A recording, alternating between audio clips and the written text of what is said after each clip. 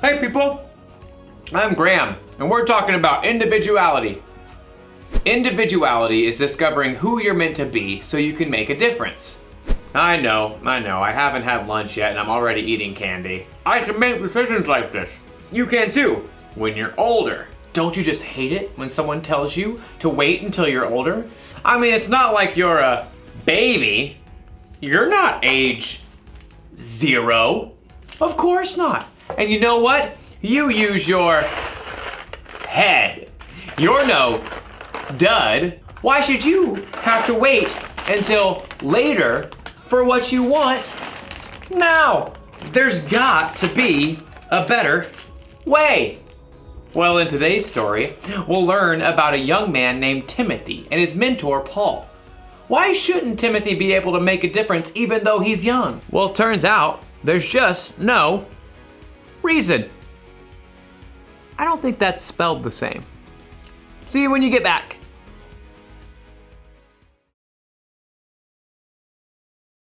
The Bible. It's 66 books of history, stories, letters, and poetry that fit together to form God's one big story.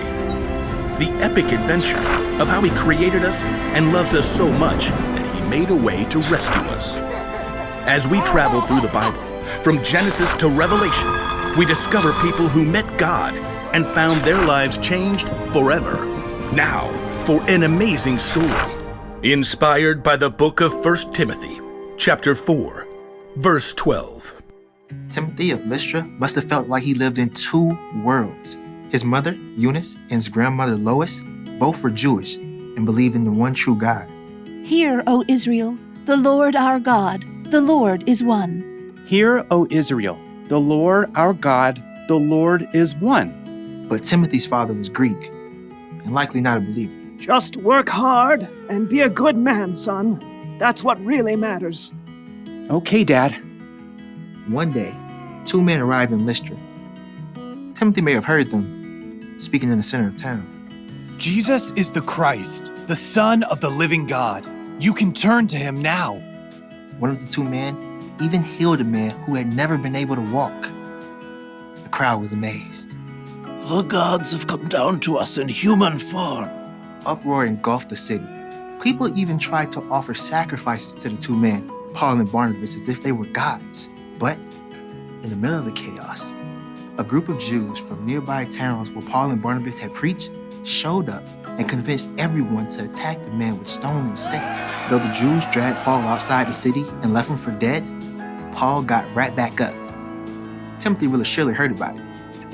The power of this Jesus is real. Paul left for Derbe the next day and returned again to Lystra. Timothy, his mother, and grandmother all listened to Paul's teaching, and all three became believers in Jesus. Paul continued on his journey, but left behind a small, thriving new church. We must pray each day. And teach each other. Timothy, in the meeting tomorrow, you should tell the story Paul shared, the one about how Jesus raised a dead man. Oh, but I don't really like to talk in front of people. I think you shall do very well. By the time Paul had returned several years later, Timothy had become a faithful disciple of Jesus. Everyone at the church spoke well of him. Timothy knows all the Hebrew scriptures. He is kind to everyone, not just those who are Jewish. And his father is a Greek man? Oh, yes.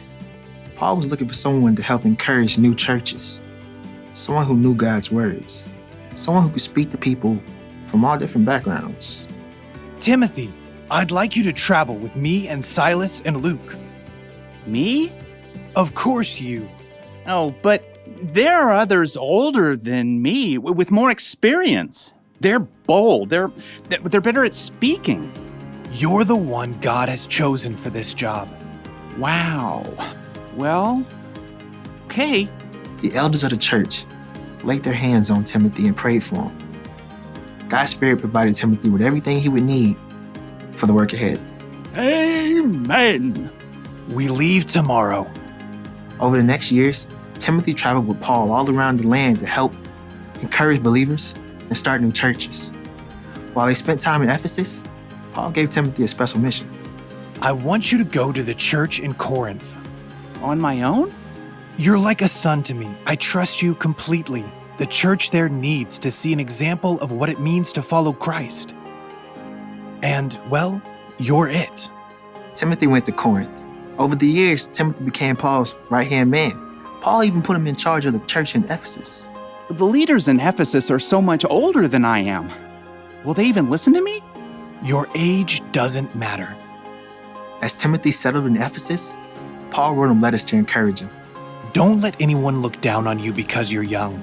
Set an example for the believers in what you say and how you live. Also, set an example in how you love and in what you believe. Show the believers how to be pure. Though Timothy met Paul when he was a very young man, he was able to play an important part in helping Paul build up the early church and sharing their incredible news of Jesus.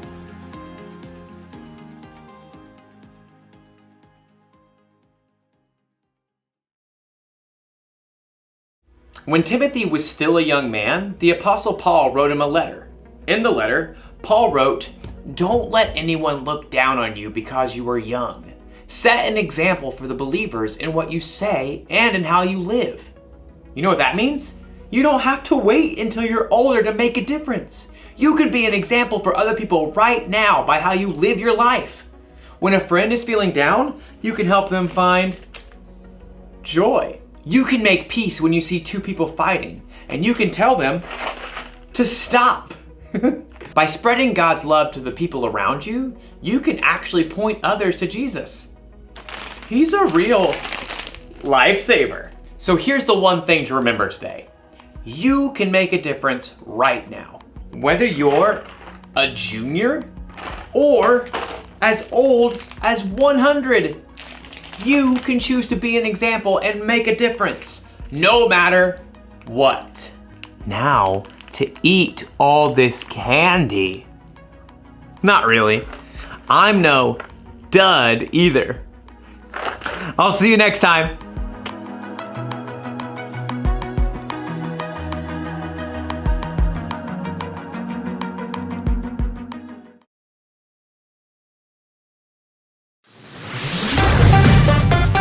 It's time again for Retro Reel.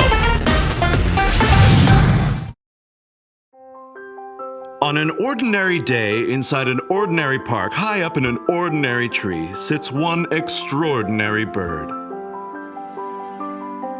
Birdette had always felt she didn't quite fit in with the rest of the flock. They were happy to sit in their ordinary way and sing their ordinary songs. But she felt she was made for something more.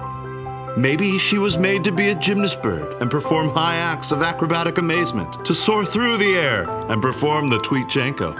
Look at me, I can do the Tweetchenko. I'm a gymnast bird. But Birdette wasn't a gymnast bird, nor could she perform the Tweetchenko. We're songbirds. We sing. It's what we do. And they sang, but Birdette didn't feel like singing. She still felt like she was made for something more. But what could it be? Just then, she heard something. Someone was walking through the park.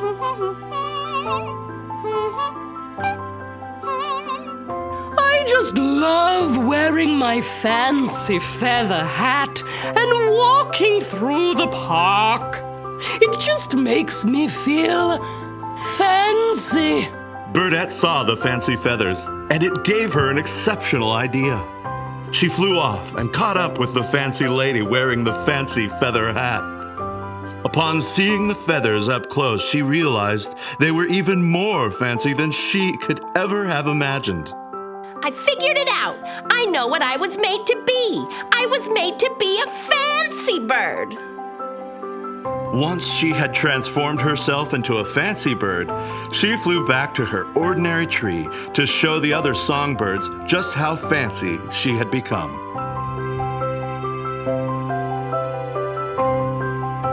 Oh, what's a fancy bird doing here? I must take it back to the others. So the bird collector captured Birdette and took her to another part of the park, far away from her ordinary tree. Here you go, in with the other fancy birds. You should feel right at home. But Birdette did not feel at home there, for she was not a fancy bird. Hey, you're not a fancy bird. You're a songbird who should sing the most beautiful songs. Do not be ashamed of who you are. Now go and sing. So Birdette flew back to her tree, which didn't look very ordinary anymore. She now knew she was made for something more. She was made to be an extraordinary songbird, and when all the birds worked and sang together, they could sing extraordinary songs.